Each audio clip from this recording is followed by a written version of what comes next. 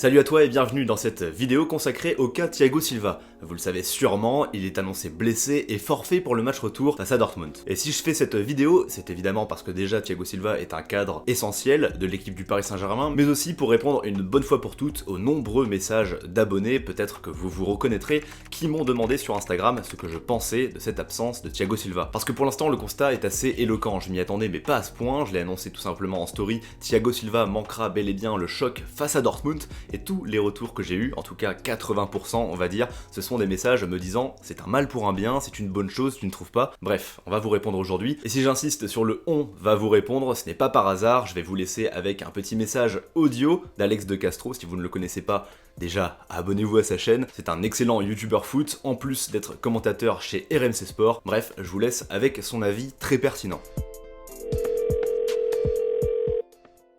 Se réjouir de l'absence de Thiago Silva, ça me semble un peu fort. Quand on connaît les qualités d'un défenseur comme Thiago Silva, c'est compliqué d'être content de son absence. On ne parle pas d'un vulgaire défenseur de Ligue 1.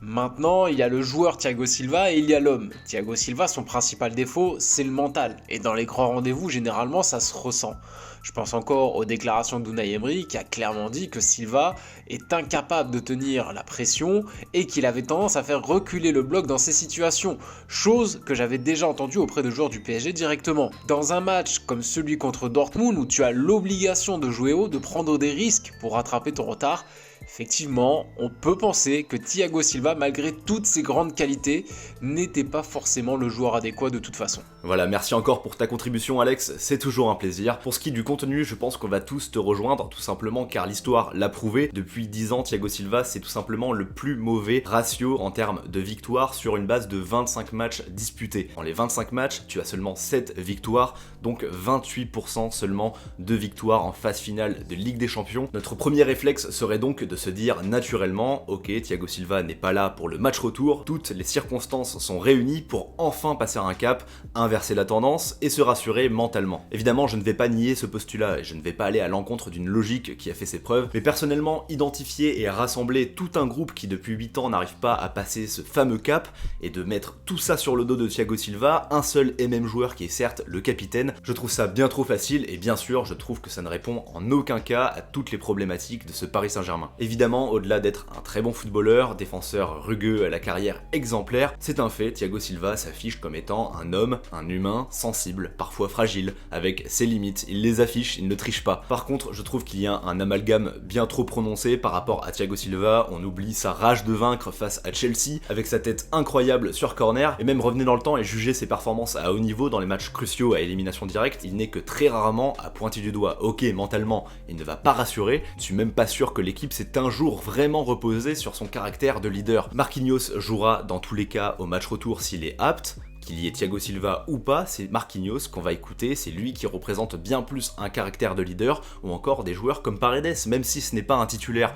indiscutable au sein du vestiaire et même sur le terrain, on a besoin de caractère comme celui de Marquinhos ou Paredes. Tout ça pour vous dire que la présence ou non de Thiago Silva au Parc des Princes face à Dortmund ne sera pour moi pas déterminante. En tout cas, ce n'est pas parce que Thiago Silva ne sera pas là que Paris va se transcender. Le profil Thiago Silva n'est pas indispensable, mais de là à s'en réjouir, je trouve ça un petit peu abusé. Personnellement, je gardais espoir qu'après Dortmund, il retrouve du rythme avec ses matchs de préparation et qu'il fasse surtout partie de ce fameux déclic. Parce que si Paris est amené à vaincre Dortmund, à passer en quart, voire en demi-finale, on ne sait jamais, Thiago Silva, en tant que bon capitaine, disputera sans aucun doute l'un de ses matchs à élimination directe. Pour moi, si Paris était amené à passer ce fameux cap lors du match retour, il aurait été intéressant d'inclure Thiago Silva dans la manœuvre. Enfin voilà, on arrive en fin de vidéo et pour être honnête, je me rends compte que j'ai bien plus pris la défense entre guillemets de Thiago Silva que ce que je ne pensais faire en début de vidéo. Je tiens donc à te rappeler que ma démarche, c'est d'essayer au maximum de relativiser, de ne pas tomber dans l'info bête et méchante et de se dire